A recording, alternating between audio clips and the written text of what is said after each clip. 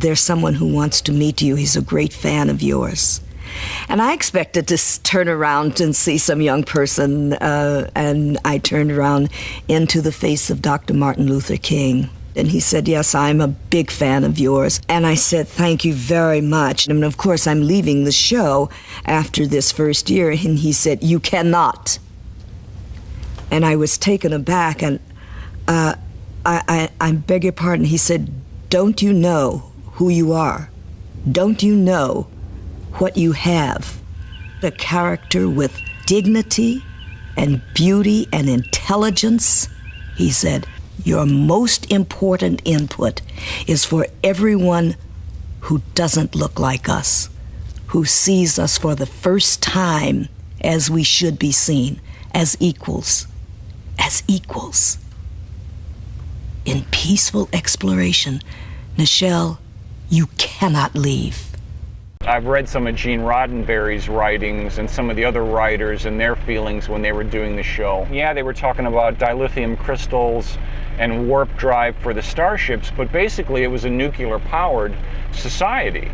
And that's how we were able to become peaceful and live with each other and be able to develop a civilization. First airing in 1966, it took the concept of abundant clean energy and ran with it. The thing I liked about Star Trek was that it gave you hope that there was going to be a positive future, because it was taking place 300 years in the future. I mean, at the time there were race riots that were going on in my town of Cleveland, strife and pollution, and here you had this civilization that was really healthy. It was exciting, and they were pretty much at peace. Do you inherently become a better society just because you have access to a more advanced form of energy? Every time mankind has been able to access a new source of energy, it has led to profound societal implications. The Industrial Revolution and the ability to use chemical fuels was what finally did in slavery. Human beings had had slaves for thousands and thousands of years. And when we learned how to make carbon our slave instead of other human beings, we started to learn how to be able to be civilized people and how to use machines to do what we need to do instead of make other people do it. Back on Earth, Star Trek features high-density human population, unspoiled nature, access to ridiculous amounts of energy, and apparently no resource constraints worth fighting over. Give me a martini straight up with 2 olives for the vitamins. Gene Roddenberry had a vision of the future where mankind had overcome many of its problems and desired nothing more than a peaceful quest for knowledge. Must be kind of boring, ain't it?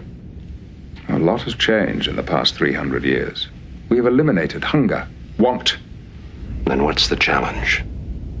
The challenge is to improve yourself, to enrich yourself. Based on a utopian future of the 60s, this was where some of us were convinced we were headed. Technical realizations we've made since then are pretty simple. Fusion is hard, fission is easy, it can even happen in nature, nuclear fuel can be liquid. Aye, the haggis is in the fire for sure. It is hard to create a TV show about space exploration without breaking the rules of physics. The stars are just spaced too far apart. But manned exploration of our own solar system, permanent outposts on the Moon and Mars, and sending a probe under the ice of Europa, those are all doable with everyday fission of a non-water-cooled variety. Extract the water from the soils of Mars, separate the hydrogen and oxygen. We now have a supply of rocket fuel on Mars, a fill-in station, so you don't have to carry all your fuel with you. I've said this many times, I want to go ice fishing on Europa. It has had an ocean of liquid water that's been liquid for billions of years, and every place on Earth we find liquid water, we have found life. I want to go ice fishing on Europa. Lower submersible. So is this doable? Is an ecologically sound Earth compatible with 8 billion people living healthy, dignified lives, chasing their full human potential? Or is this just another fantasy component of Star Trek, like warp drive and teleportation?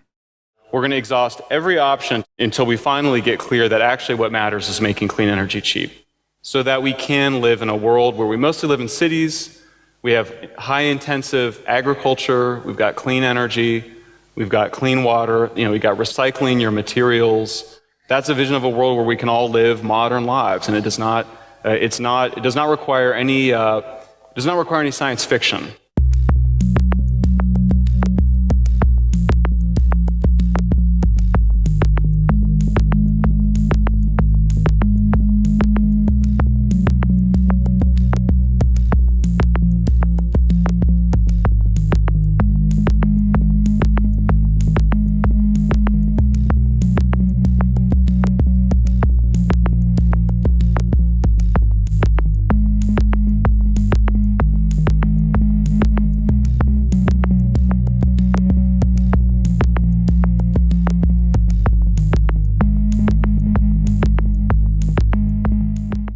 Human beings have done amazingly well over the last half century.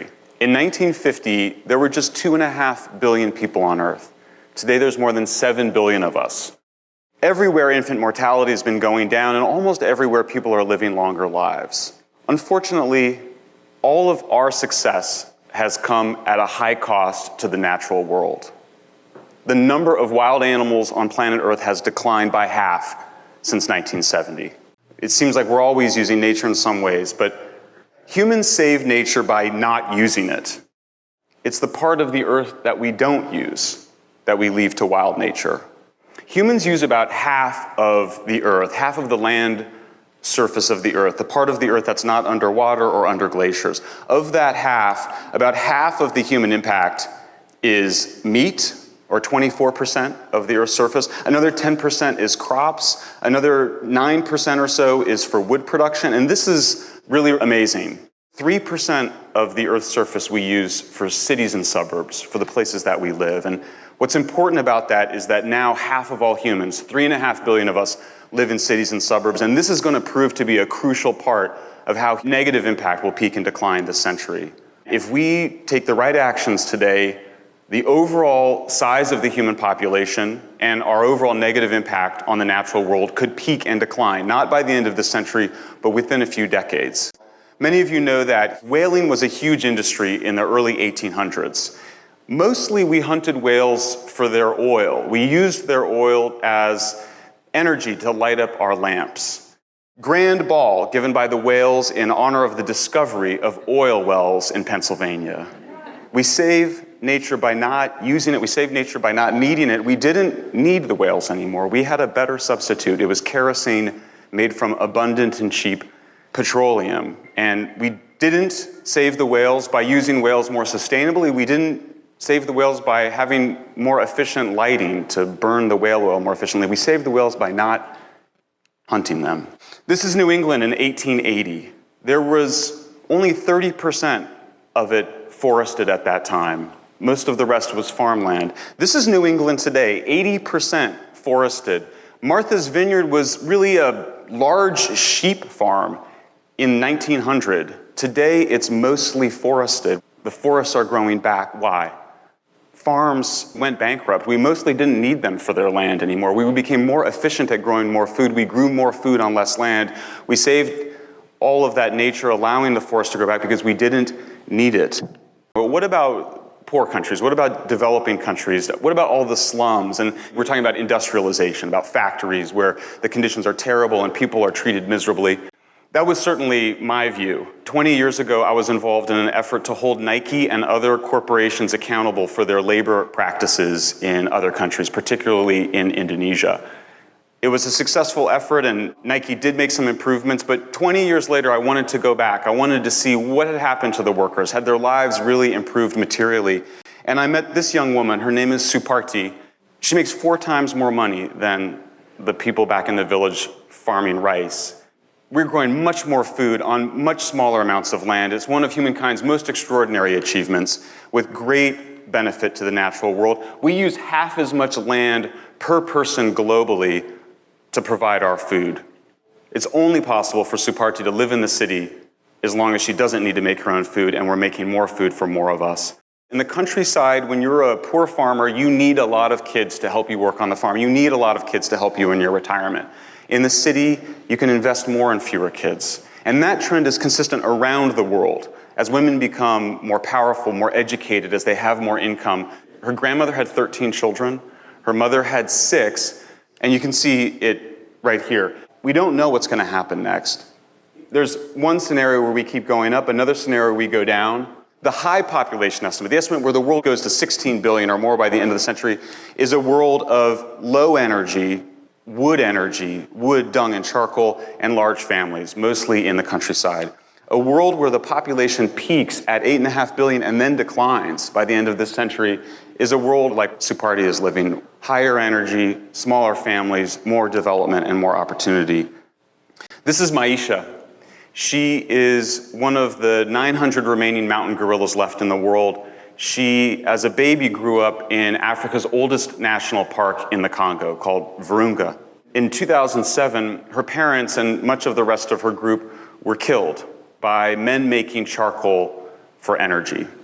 Since then, there's been well-meaning efforts to plant trees to help people in the region burn wood more efficiently, and the situation has only gotten worse. When we visited in December of last year, this is an aerial photo that we took high above the park. You can see here, illegal charcoal burning in the park.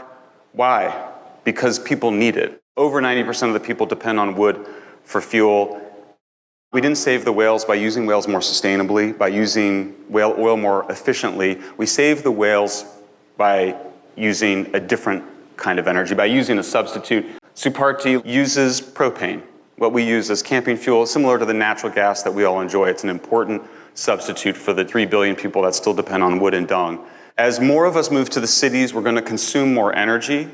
For everybody to live at a moderate living standard, at basic material needs met, the world is going to need to triple and perhaps quadruple the amount of energy it produces from today.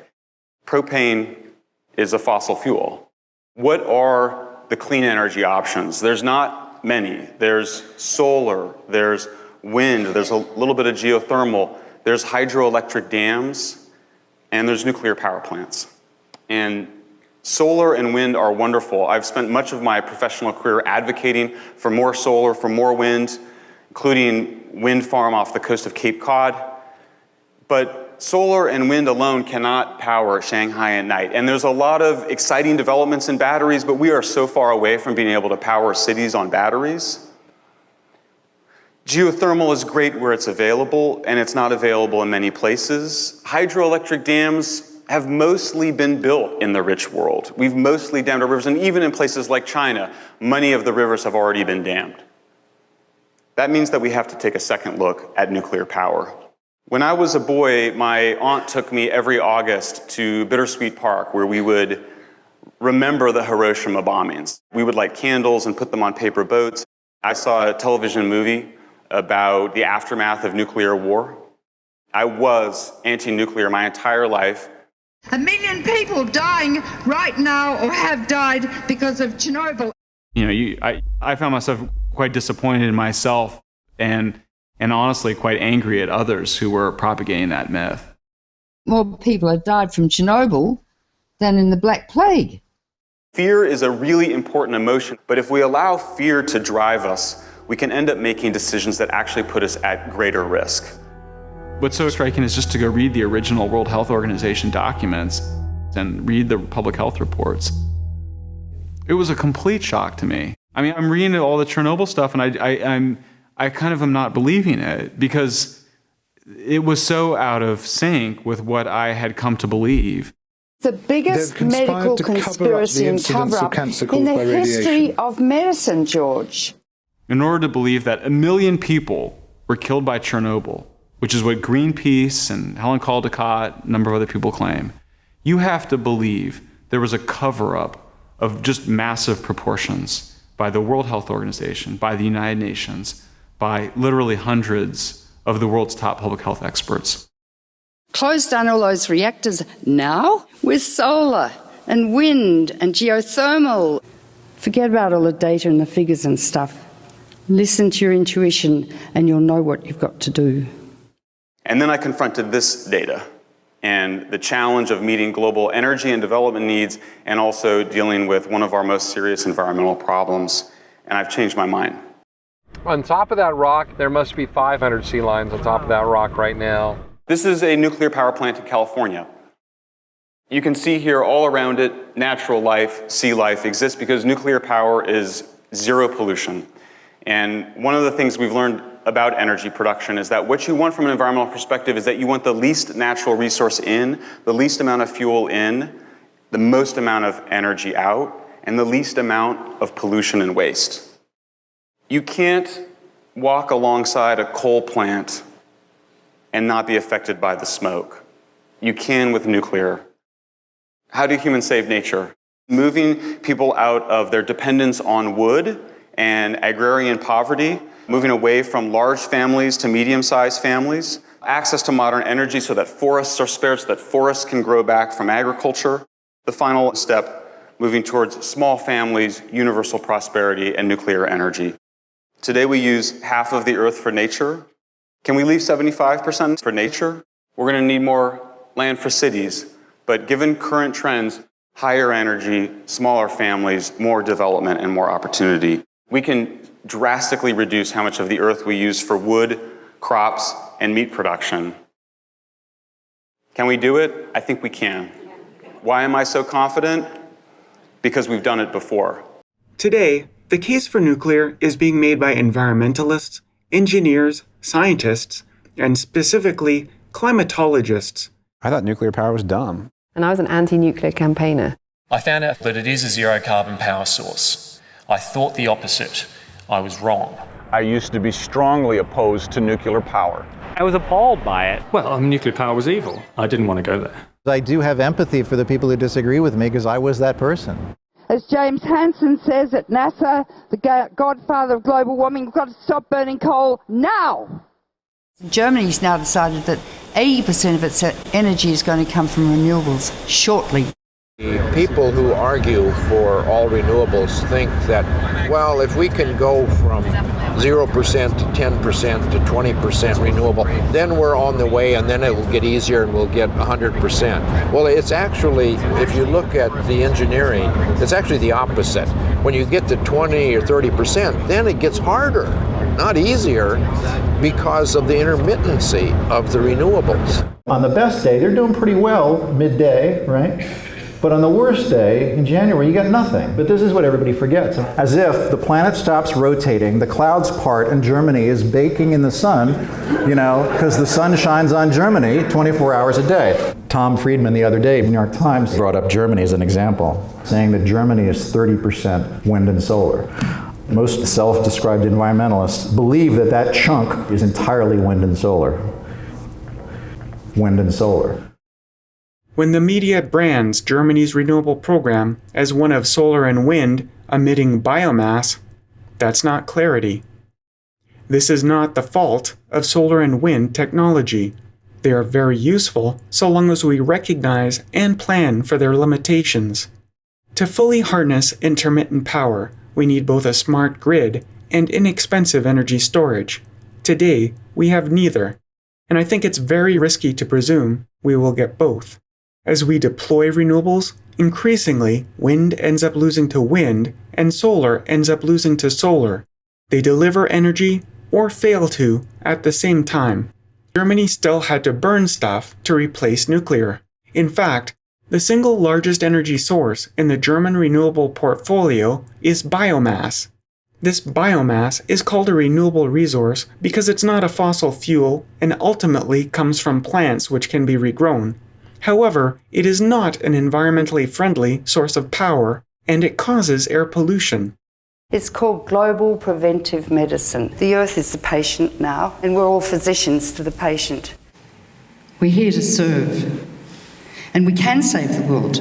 Close down all those reactors now with solar and wind and geothermal. Forget about all the data and the figures and stuff. Listen to your intuition, and you'll know what you've got to do. Dr. Helen Caldicott has been featured by CNN, The New York Times, CBC, Democracy Now!, 60 Minutes, and C-SPAN. When Helen speaks, many people make contributions large and small to the organization. The last 2 chapters of this book are very exciting because they give you the prescription for survival. $25,000, $100,000 to the Institute to support Helen and the work that she does ending the nuclear age. I don't say things that are inaccurate, otherwise I would be deregistered. I mean, doctors can't lie. The doctors have been told by the superiors not to tell patients that their symptoms are related to radiation. This is the biggest medical conspiracy and cover-up in the history of medicine, George. I don't think you could dismiss the UN Scientific Committee as being part of the nuclear industry. I don't think you can dismiss the very large amount of data on the... Sorry, you're saying you would dismiss the UN Scientific Committee as being part of the nuclear industry? Yes, let me tell you, George. Wow. Then the mind boggles. Where does this end? The mind does boggle. Them and the UN Scientific Committee and the IAEA and... I mean, who else is involved in this conspiracy? We need to know. I'm testifying at your Darlington hearing soon. What am I going to say? You're all fools. What do you think you're doing? I mean, you all need psychoanalysis. These are all the elements in a reactor. She's testified before multiple government panels on the safety of nuclear power. If we move to renewables in a big way, but you would not be able to have the kind of power that we have now. Oh, yes, you would. I do think that we'd have... Yes, you would. To smelt aluminum or to make aluminum, it requires huge amounts of energy. We've got to stop using aluminium cans. That's just crazy. And all this frozen food is just obscene too. We shouldn't be freezing food. When I was a kid, there was no frozen food. We did all right. You know, in the winter, it's so hot inside, you have to strip. The thermostat should be lowered. How many use paper towels in the kitchen? Yeah, you're allowed to use paper to wipe your bottoms. That's all. I like living the way I live, and I live fairly modestly. We live in a small house. I drive an 18-year-old Saturn. You know, so we're fairly frugal, but I'm still an American, so that means I use vast amounts of resources no matter how frugal I am. When you're in the plane, the hostess hands you a drink with a bloody bit of, tree beside it. I don't need that paper serviette. It just becomes more and more increasingly difficult to cut out the real big things, to be honest with you. As you walk from room to room, turn off your lights. It's easy to turn off the lights and to turn down the heat and don't use the air conditioning at all. But then you quickly run into the idea that, am I not going to fly to that conference? Am I going to ride a bike to, the grocery store? We've got to stop. Do not, never use it. You don't need all this electrical gadgetry. Turn them all off. Every time you walk into one of those doors and it goes in front of you, that's powered by electricity. Cover the place with windmills. It's what we've got to do if we want to keep using electricity. Otherwise, we have to stop using electricity. And think about it. Mozart wrote by candlelight, and so did Shakespeare. So the human race has lived for a very long time without electricity. We've lived and survived for 3 million years without electricity. Well, what's wrong with candlelight? That's right. Dr. Helen Caldicott's prescription of a candlelit future and how it resonates with her audience brings to mind a classic Penn and Teller demonstration of how receptive people can be to fear-mongering. Can I get you guys to sign a petition? What for? For banning dihydrogen monoxide. Oh yeah, I'll sign there. Thank you very much. Our petition woman was getting signatures left and right. We're talking hundreds. It causes a lot of urination, vomiting. Yeah, I'm familiar with it. Oh, okay. That's dihydrogen monoxide. Water. This is a petition for dihydrogen monoxide. What it is it's a chemical that is found now in reservoirs and in lakes. Pesticides, different kind of companies are using this. And she's not going to lie or even stretch the truth. Not at all. She's just going to talk about what water is and what it does with the vocabulary and tone of environmental hysteria. It's styrofoam companies, nuclear companies. And now when they use it in pesticides, when we're washing our fruit and things like that, it's not coming out. It causes excessive sweating, excessive urination. And it's in the grocery stores and in our babies' food and stuff like that. We don't know if they thought, but they signed. There we are. If you saw a petition being circulated warning the dangers of dihydrogen monoxide, how would you alert the signees to its utter stupidity? Of course you'd just say, dihydrogen monoxide is water. That would end it right there. But what if you couldn't say that? This is crazy. You are sitting on top of a nuclear weapon. Because there is no common sense about what nuclear power is or isn't. You can have the word nuclear without the word bomb. There's only decades of fear-mongering. Whatever they put this waste in, it's so hot, will start to disintegrate within 10 years. You could cite some health studies and statements made by experts in the lucrative field of dihydrogen monoxide. You want us to put water on the crops? Yes. Water. But you would be considered suspect. Just a shill for big dihydrogen monoxide. I think this might be Gatorade or something. I was just looking for some regular water. You mean like in the toilet? What for? No, just to drink. Everyone knows the safe alternative is Brondo energy drink. Good for your body, great for growing crops. Today's discussion around nuclear power is a lot like trying to debunk such a petition without using the word water. Water, like out the toilet? Well, I mean, it doesn't have to be out of the toilet, but yeah, that's the idea.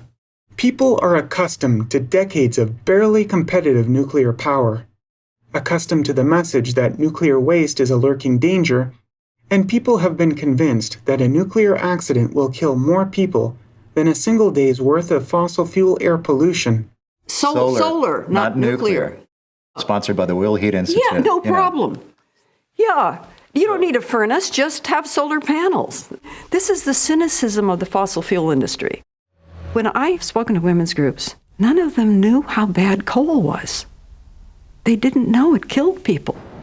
If you add up all fossil fuel combustion in the United States, just from power plants, the fine particulates alone kill 13,000 people a year. WHO says only 56 people died at Chernobyl. However, the New York Academy of Science has translated 5,000 papers from Russian. The Chernobyl study done by the New York Academy of Sciences.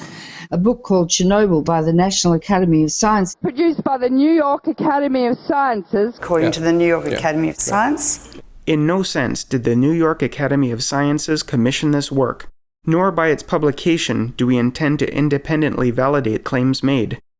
The translated volume has not been peer-reviewed by the New York Academy of Sciences or by anyone else. Now, when the National Academy of Sciences put it out, there were pro-nuclear people who were very strong, probably sociopaths. They discredited it. George Monbiot once deferred to Caldecott on matters of nuclear power and radiation. After the Fukushima disaster and a discussion with Caldecott on Democracy Now!, It's the biggest medical conspiracy and cover-up in the history of medicine, George. Monbiot wrote, "The anti-nuclear movement to which I once belonged has misled the world about the impact of radiation on human health. The claims we made were ungrounded in science, unsupportable when challenged, and wildly wrong.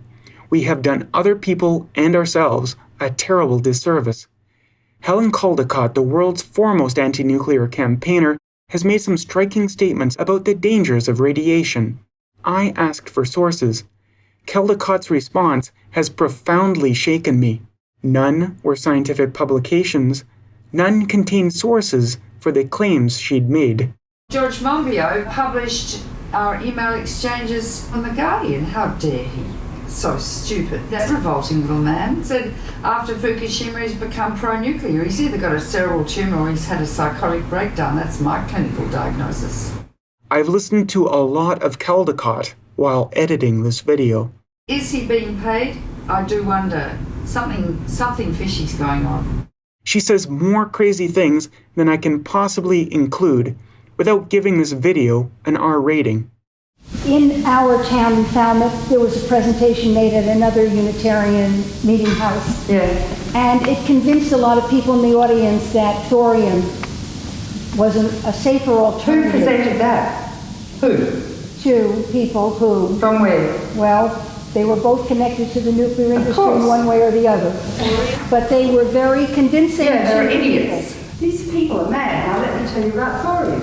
To produce electricity, you have to reprocess, like melt the fuel, then make the fuel rods with uranium-233 and put them in a reactor. It's economically totally out of this question. So these men are mad. There's some sort of psychotic element in the nuclear industry to do with testosterone and hormone receptors in the brain and behaviour, and sex comes into it. All these men operate from their reptilian midbrains and use their left cortex to justify what their emotions want them to do, and a lot of it's about testosterone. I'm fed up with testosterone. Yeah! E equals mc squared is a substitute probably for male, will I say it?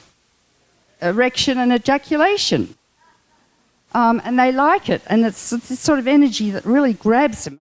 What you're about to hear is the least crazy-sounding thing Dr. Helen Caldicott has ever said. That people living near nuclear reactors are more likely to get leukemia. This is either a scary thing to hear, Causes excessive sweating, excessive urination. Or a terrifying thing to hear. And it's in the grocery stores and in our babies' food. Depending on whether or not you have children. Germany did a classic study of children under the age of 5 living less than 5 kilometres from 16 reactors. Their incidence of leukemia was more than double normal. That study was then duplicated by the French. So they don't need to do another study. The first one looked at leukemia rates among German children living within 5 kilometers of any operating nuclear reactor. Where 17 incidents of leukemia would have been expected, researchers instead found 37. The second study looked at leukemia rates among French children living within 5 kilometers of operating reactors. Where 7 cases of leukemia would have been expected, researchers instead found 14. In both studies, childhood leukemia rates very close to reactors are doubled. Also, in both studies, researchers strongly cautioned against assuming the increase in leukemia was from any sort of radioactive plant emission. How is it the researchers involved in both studies saw a doubling of leukemia rates near the reactors and then argue against any sort of radioactive plant emission as a cause? Wouldn't anyone like to know? And those 2 studies are classic studies. They don't need to do any more studies. QED, it's proven. Both the French and the German studies measured leukemia rates against distance from nuclear power plants. The French study followed the German one and so attempted to address some confounding factors that the German study lacked data for. The French study used 2 geographic models. One was simply distance to the reactor, as the German study had done. The second model incorporated wind direction to more closely model where any emissions from the reactor would be distributed. The excess cases of leukemia disappeared when using this more accurate weather model, meaning the vast majority of leukemia cases were not downwind from the reactors as one might expect. This curious finding was then explored further in a third study which saw elevated leukemia rates where nuclear power plants were planned but had not yet been constructed. There was not yet any radioactive material on those sites. They don't need to do any more studies. It's proven. Nuclear power plants may be located close to cities and large population centers, but they're not dropped in the middle of housing units.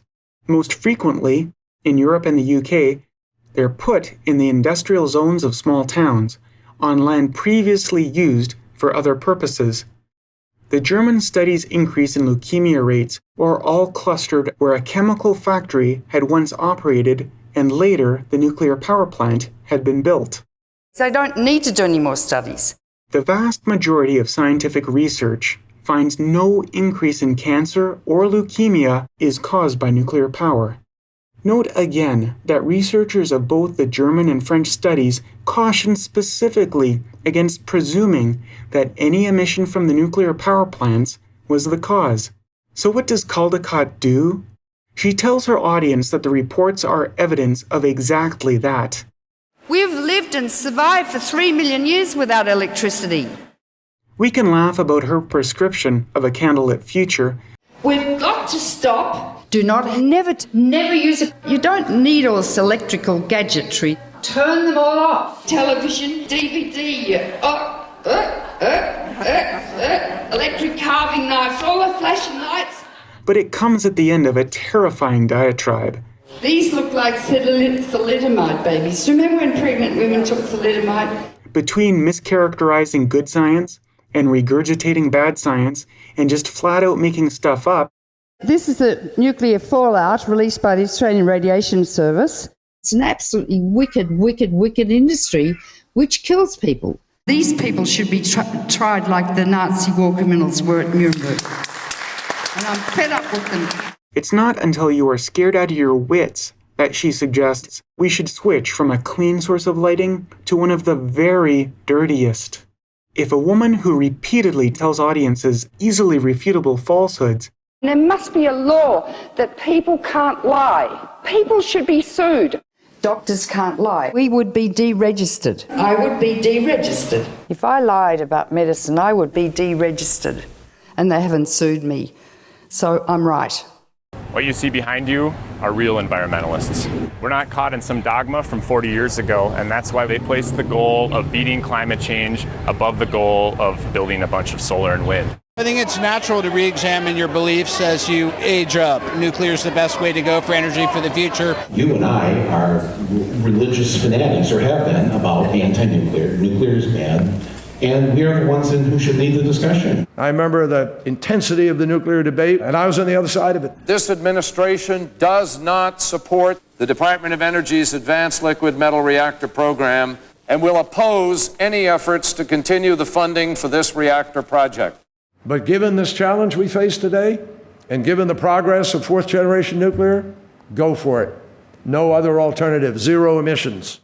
We all know that there isn't 4 hours of sun here in Michigan every day, and so on those days there's no sun. How am I warming up my pizza? People who once opposed nuclear power are the ones speaking the loudest and the clearest. I assumed, like most people, that the existing light water reactor was a kind of a static technology and there would be some incremental improvements to it, like we improve all kinds of things, but there wouldn't be a fundamental change in the reactor concept itself.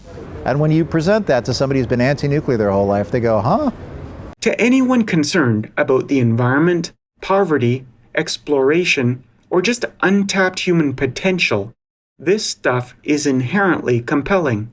People are drawn to it, just like every other source of clean energy. Can you give me an update on Diablo? What update do you need except to close it down? I cannot believe you are shutting down an operating source of reliable clean energy. In fact, nuclear plants are shutting down faster than new ones are being built. Operating reactors are being shut down and replaced with solar and wind power, backed up by natural gas and coal.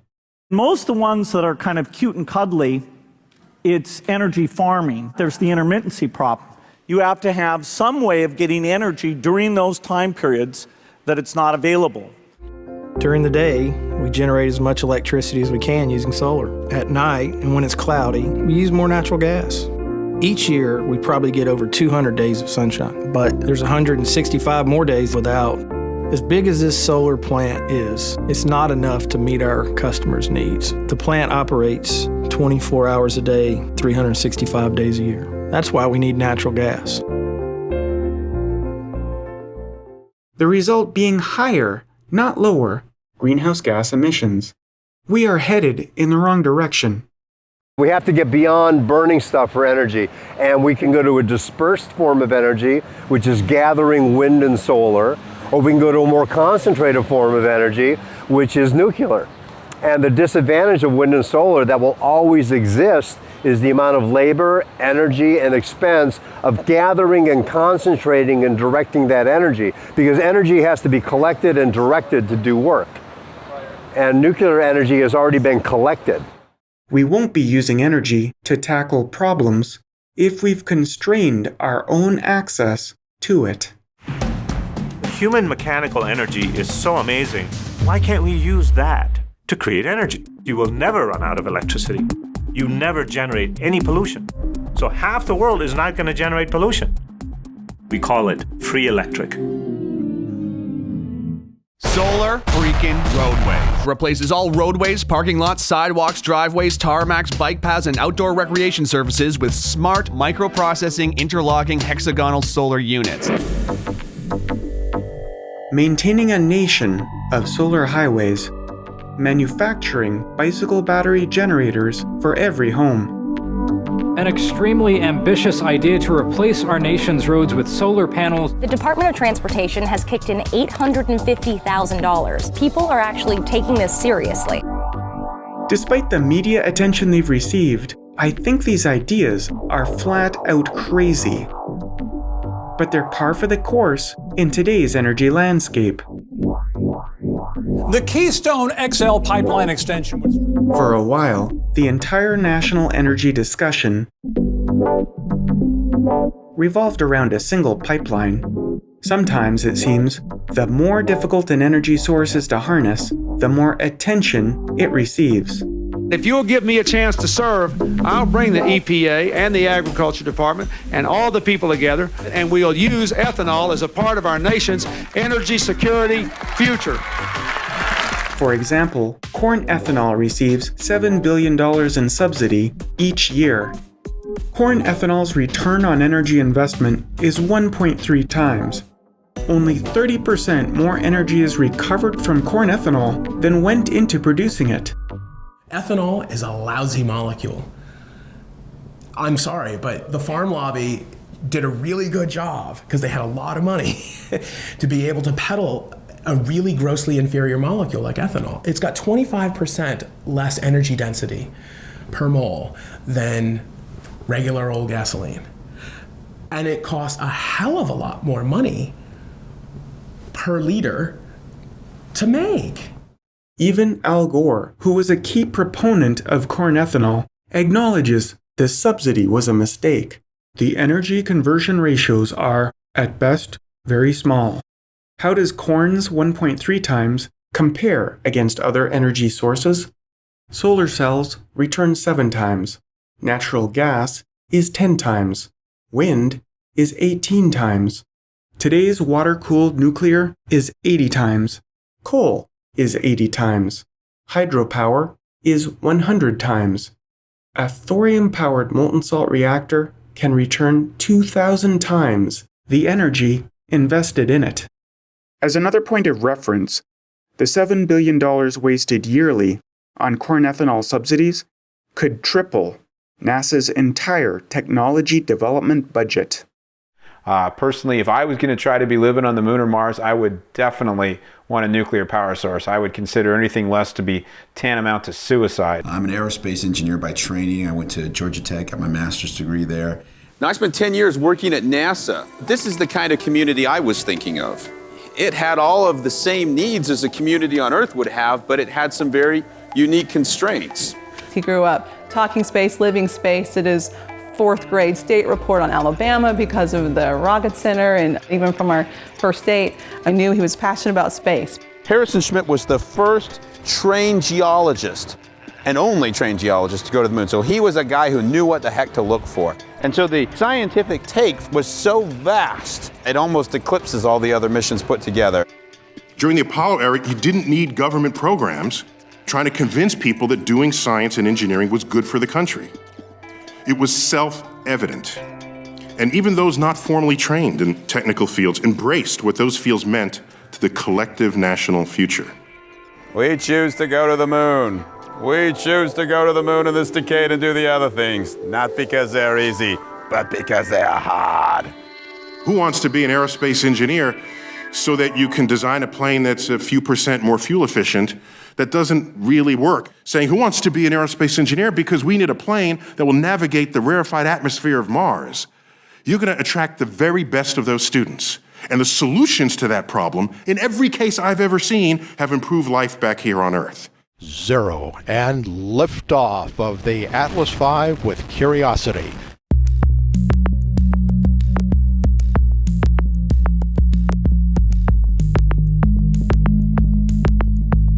It had like heat shields and then a hypersonic drogue chute. I said this is not gonna work. retro rockets, and then a hoist. It was some Rube Goldberg would have designed. An SUV-sized rover was plunked down on Mars. How confident were you that this whole sequence of landing devices would work? I wasn't confident at all. I was shitting bricks. It was scary. This lander has more than 10 times as much scientific instrumentation than anything we've sent to the surface of Mars. So it needs more power. Needs more power, as Kirk would say to Scotty. Well, the last one was solar. This one's got nukes. Wait, so you have a nuclear power plant on the rover? It's not a power plant. It's a power source. We're touchy about this, because when you use the nuclear word... One of the two verboten N-words. That's right. So when we use that N-word, we try to speak carefully. And it's not like a nuclear power plant with the cooling towers and the turbines and all that. It's a bunch of plutonium that's given off heat, and we use that to generate electricity. So you found another thing to call it to not spook people when it's launched. Yeah. Okay. Apollo astronauts used plutonium RTG to power their science equipment. The Mars rover Curiosity is entirely powered by RTG. And it can run at night, it can run in any season, and it should be able to run... The other ones had solar panels, they can only run in the daytime. No. Couldn't you charge a battery and keep working at night? In the Martian winter, the amount of power goes down if your solar panels get covered with dust. So the Martian winter, the sun is very low in the sky. Yeah. The Mars exploration rovers often found themselves short on power as dust settled on their solar panels. They were the only source of energy, and the Martian winter was approaching. The part of it that really breaks my heart is that we just didn't have power to drive anymore. Well, one of them did die because of the winter, because it One of the two rovers. Yeah, if the power goes down enough so that you can't run the heaters at night, then you die. That already happened to one of our previous rovers. So if you want to do a lot of science, you want a lot of power, a lot of instrumentation, you want to last a long time and be able to rove anywhere on Mars. Send nukes. Exploring space requires energy. Energy to run experiments. Energy to scrub carbon dioxide from astronauts' oxygen supply. The carbon dioxide removal assembly is being worked on today inside the Destiny laboratory. A short was seen in one of the heating elements, but you see Mike Barrett there. He put a filter in there that helps keep the water pure. The system uses water because obviously water is made of hydrogen and oxygen. It uses electrolysis, which is passing an electrical current through that water to split the water into hydrogen and its oxygen. The hydrogen is dumped overboard. The oxygen is used to pump into the air of the station for the crew members to breathe. You go to the moon and there's no oxygen atmosphere, there's no lakes of water or anything, so it really comes down to nuclear and solar power. They called it the N-word at NASA. They were saying, oh, we can't even talk about nuclear. And I said, how can we not talk about it? I mean, we have exactly two options for how to make power in space, and this is one of them, you know?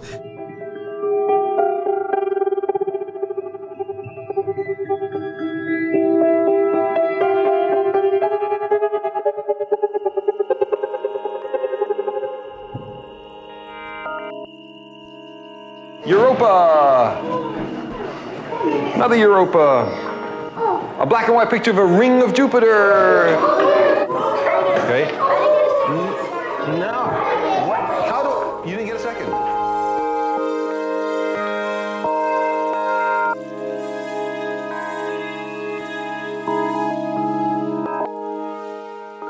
Why is the Earth round? Why isn't it square or any other shape? That's a good question. I like that question. It's a question I've asked myself. And the answer has to do with gravity.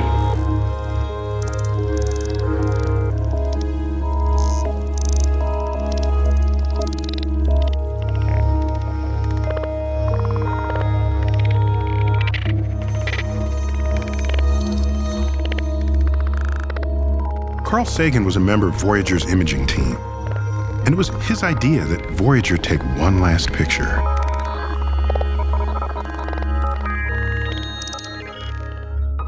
That's here. That's home. That's us. Every hero and coward, every creator and destroyer of civilization, every king and peasant, every young couple in love, every mother and father, hopeful child, inventor and explorer, Every teacher of morals, every corrupt politician, every superstar, every supreme leader, every saint and sinner in the history of our species, on a mote of dust, suspended in a sunbeam.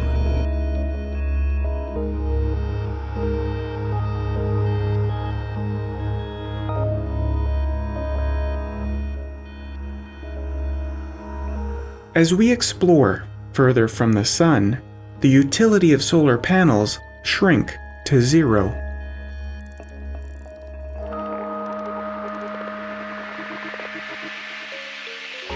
To illustrate, imagine we can power a space mission orbiting the Earth with one solar panel.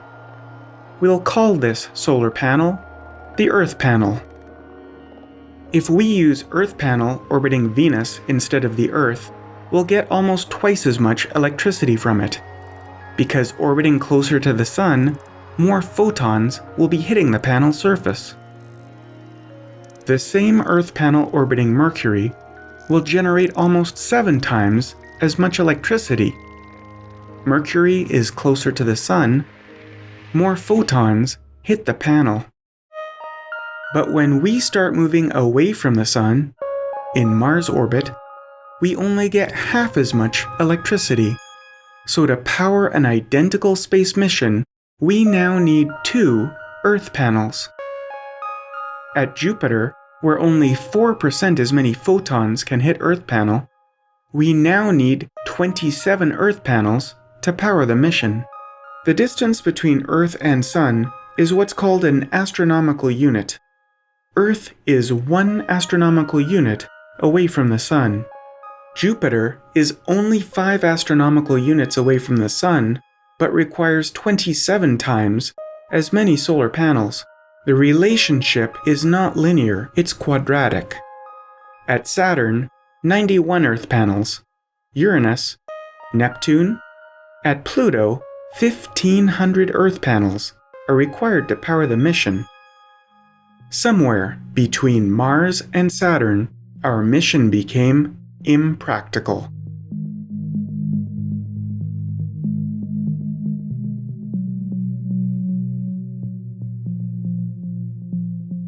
Clouds and haze completely hide the surface of Titan, Saturn's giant moon. Titan reminds me a little bit of home. Like Earth, it has an atmosphere that's mostly nitrogen, but it's 4 times denser. NASA's Cassini mission to Saturn pulled into orbit, dropped off of itself, a little probe. The probe Huygens descended down from the Cassini spacecraft and landed on Titan. Hidden beneath lies a weirdly familiar landscape. Titan has lots of water, but all of it is frozen hard as rock. In fact, the landscape and mountains are made mainly of water ice. On Titan, the seas and the rain are made not of water, but of methane and ethane. On Earth, those molecules form natural gas. On frigid Titan, they're liquid. There might be creatures that inhale hydrogen instead of oxygen and exhale methane instead of carbon dioxide. They might use acetylene instead of sugar as an energy source. How could we find out if such creatures rule a hidden empire beneath the oil-dark waves? The probe Huygens landed in one spot. It's a big moon. It's one of 6 moons bigger than Pluto, by the way. What's the other side of the moon look like? The probe only had battery life for a couple of hours. We weren't there long enough to see how things change. Does it snow methane?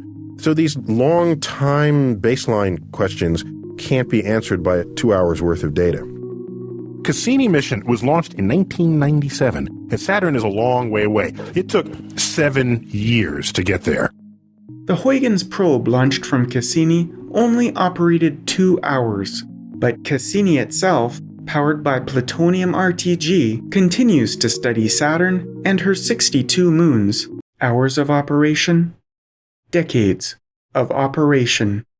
Neil deGrasse Tyson is a tireless advocate for NASA, explaining to politicians and public what we miss when space exploration is severely financially constrained. We lost an entire generation of these smart people. They became like investment bankers. or lawyers out of the 1980s and 90s because there's no place for them to take their interest in science. The merger promised in the press release $150 million of savings. Instead, there were billions of dollars of cost overruns. And entrepreneur Elon Musk explains how space exploration is launch constrained. Musk created SpaceX to drastically reduce the cost of launching payload into orbit. SpaceX was founded to make radical improvements to space transport technology, with particular regard to reliability, safety, and affordability. We have top men working on it right now. Who? Top men. But what about powering space exploration? Most of our RTG fuel, the plutonium-238, was created a quarter century ago. NASA started producing more in 2013, but the worldwide shortage of RTG fuel is a perpetual constraint on space missions. And while our tiny supply of plutonium-238 can power exploration missions lasting decades anywhere in our solar system, the radioactive decay of plutonium really does not provide much power. Curiosity runs on 100 watts. Rolling across the surface of Mars, taking photos, grinding samples, detecting neutrons, monitoring the atmosphere, and sending all this data back to us, Curiosity does all this on 2 incandescent light bulbs worth of power. The main thing about Mars is actually going to be energy. If you have energy, there's plenty of water because there's massive amounts of ice. So it's really just about getting huge numbers of solar panels out there, and I think assuming the public is receptive, there might be nuclear. I think certainly if you build nuclear on Mars, as to whether you transport nuclear to Mars would be kind of up to the public to decide. That a starving astronaut's journey across Mars consists of repeatedly deploying solar panels, sleeping during the day while his vehicle recharges, and then driving at night is a realistic but unnecessary challenge created for dramatic tension. Had Mark Watney been abandoned during a Mars Direct mission, he'd have ample electricity to journey across Mars thanks to the small nuclear reactor on wheels he could tow behind his rover. Okay, it's not a giant nuclear power plant that powers a city. It's just a nice little putt-putt nuke sitting in the back of a truck. Look, I don't mean to sound arrogant or anything, but I am the greatest botanist on this planet. Similarly, Mark Watney rations his potato crop to survive 400 days on Mars. I now have 400 healthy potato plants. I dug them up, being careful to leave their plants alive. The smaller ones I'll reseed, the larger ones are my food supply. The carbon in Watney's potato crop tissue does not come from nutrient-rich astronaut poop. It comes from the carbon in the Martian atmosphere. Photosynthesis is carbon dioxide plus photons creating plant tissue and emitting oxygen. Because there's no shortage of carbon or water on Mars, more photons means more potato. Artificial lighting means bigger potatoes than could otherwise be grown in Mars orbit. It's the difference between 1/2 of Earth's sunlight and as many photons as the potato crop can absorb. Hey, watch him. Oh my God, El Dorado. The legends are true. That is how illegal grow operations are routinely busted, simply by monitoring unusual behavior on the electrical grid. This is also why high-yield urban farming requires so much energy. You want to see what minimal calorie count looks like? It has been 7 days since I ran out of ketchup. Andy Weir put his astronaut on the brink of freezing to death and starving to death by downgrading the Mars Direct nuclear reactor to an RTG. Even so, nuclear power of some sort was still required, as the author explains. At one point I considered, when he's on his long drive to Schiaparelli, I thought, what if the RTG develops a problem? What if it leaks or something like that and he has to live without it? And so he throws it away and he has to drive away without it. There's just no way you survive. It's really, you are dead. When you see a futuristic and inspiring space mission on the big screen, it's not being powered by RTG or solar. Well, what if NASA missions had access to far more energy? Most people don't appreciate how little energy NASA has at their disposal to design missions around. The most exciting missions are not even under consideration because we have no way to power them.